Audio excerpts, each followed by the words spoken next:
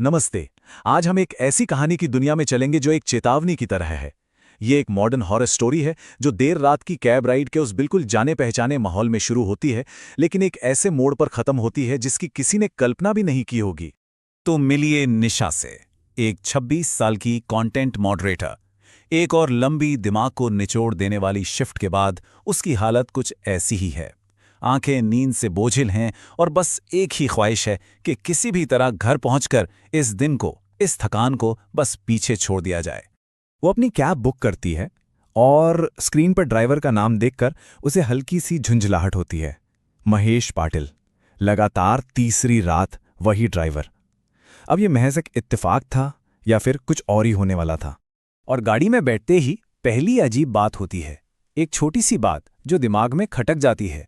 Driver Mahesh बिना पूछे ही उसके घर के सही रास्ते की बात करता है, जबकि निशा को बिल्कुल याद नहीं कि उसने कभी उसे अपना पता बताया हो। तो फिर उसे कैसे पता? खैर, सफर शुरू होता है, लेकिन महेश ऐप के दिखाए रास्ते पर जाने के बजाय गाड़ी को एक अंधेरे, सुनसान इंडस्ट्रियल इलाके की तरफ मोड़ देता है। उसका तर्क कि उसके रास्ते में रुकावटें कम मिलेंगी। गाड़ी का रेडियो, जो अचानक 2012 के किसी पुराने ब्रॉडकास्ट की खरखराती हुई आवाज पकड़ लेता है, उसे महेश झटके से बंद कर देता है। और फिर वो ये अजीब सी बात कहता है, सन्नाटा बेहतर है। इस एक लाइन से निशा के अंदर डर की एक सर्द लहर दौड़ जाती है। और फिर हकीकत की दीवारें जैसे चटकने लगती हैं। एक के बाद एक अजीब घटनाएं होने लगती हैं, इतनी तेजी से कि निशा का दिमाग सुन्न पड़ने लगता है। चीजें अब उसके कंट्रोल से बाहर जा रही थीं। और बस यही वो मैसेज था जिसने सब कुछ पलट कर रख दिया। सोचिए, एक ही वक्त पर दो अलग अलग हकीकतें। एक तरफ निशा जो एक कैब में है, एक अनजान रास्ते पर जा रही है, और दूसरी तरफ उसकी दोस्त सना जो कह रही है कि वो तो ऑफिस से निकली ही नहीं, कैब तो कैंसिल हो चुकी है। और ठीक उसी पल जब निशा को ये भयानक एहसास होता है कि कुछ बहुत ज्यादा गलत है, उसका फोन, बाहरी दुनिया से उसका आखिरी कनेक्शन बंद हो जाता है। बैटरी खत्म। अब वो उस गाड़ी में पूरी तरह से अकेली थी, फंस चुकी थी। घबराहट में उसकी नजर कार के डैशबोर्ड पर जाती है, जहां डिजिटल घड़ी पर समय 3:33 पर जम चुका था। सेकंड वाला अंक बस चमक रहा था, लेकिन आगे नहीं बढ़ रहा था। जैसे उस कार के अंदर वक्त खुद रुक गया हो। डर से कांपती हुई आवाज में निशा आखिरकार ड्राइवर से वो सवाल पूछ ही लेती है जो उसके जहन में चीख रहा था। उसकी आवाज गले में ही फंस जाती है, फिर भी वो पूछती है, आप हैं कौन? और तब महेश अपनी कहानी सुनाना शुरू करता है। एक ऐसी कहानी जो निशा के पैरों तले जमीन खींच लेती है। वो बताता है कि वो एक ड्राइवर था जिसकी ठीक 1 साल पहले इसी रात, इसी वक्त और इसी रास्ते पर एक हिट एंड रन एक्सीडेंट में मौत हो गई थी।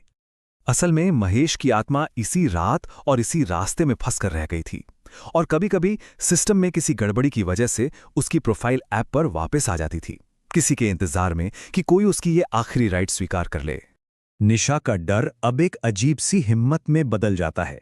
उसे लगता है कि अगर इस भयानक लूप को तोड़ना है तो उसे वही वापस जाना होगा जहां ये सब शुरू हुआ था। वो उसे हुक्म देती है कि गाड़ी वापस उस मंदिर की तरफ ले चलो जहां उसका एक्सीडेंट हुआ था। और फिर एक झटके के साथ निशा की आंखें खुलती हैं। वो कैब में नहीं बल्कि अपने ऑफिस के गेट के पास एक बेंच पर है। सिक्योरिटी गार्ड उसे हिलाकर जगा रहा है, कह रहा है कि वो यहीं सो गई थी और उसकी कैब तो कब की कैंसिल हो चुकी थी। वो हड़बड़ाकर अपना फोन चेक करती है। सब कुछ बिल्कुल नॉर्मल था। रात के 2:59 बजे थे, बैटरी 57% थी, नेटवर्क पूरा था, और उसकी दोस्त सना ने भी कंफर्म किया कि कैब बुकिंग फेल हो गई थी। तो क्या वो सब बस एक भयानक सपना था? निशा एक राहत की सांस लेती है। वो मान लेती है कि वो अब सुरक्षित है, वो सब बस उसके थके हुए दिमाग का एक वहम था। और फिर वो बस यूं ही अपने फोन की गैलरी खोलती है और उसकी नजर सबसे ऊपर मौजूद एक नई तस्वीर पर पड़ती है। और वो तस्वीर, वो उस डरावनी रात का आखिरी और सबसे पुख्ता सबूत थी। सबूत जिसे झुटलाया नहीं जा सकता। उस तस्वीर का टाइम स्टैम्प था सुबह के 3:33। खींची गई थी कार की पिछली सीट से। सामने ड्राइवर की सीट बिल्कुल खाली थी, पर जब नजर रियर व्यू मिरर पर जाती है तो वहां महेश का चेहरा था, और वो सीधा कैमरे की तरफ देखकर मुस्कुरा रहा था। तो ये कहानी एक आधुनिक शहरी किंवदंती की तरह एक डरावनी चेतावनी देती है अगली बार जब रात की आखिरी कैब बुक हो तो एक बार जरूर सोचिएगा, क्या पता वो सफर सिर्फ मंजिल तक का ना हो बल्कि किसी और ही दुनिया का हो। और ये कहानी हमें इसी एक परेशान करने वाले सवाल के साथ छोड़ जाती है। क्या निशा वाकई उस रात से पूरी तरह बच निकली, या फिर उसका एक हिस्सा हमेशा के लिए सुबह के 3:33 पर उस कैब में महेश के साथ फंस कर रह गया है?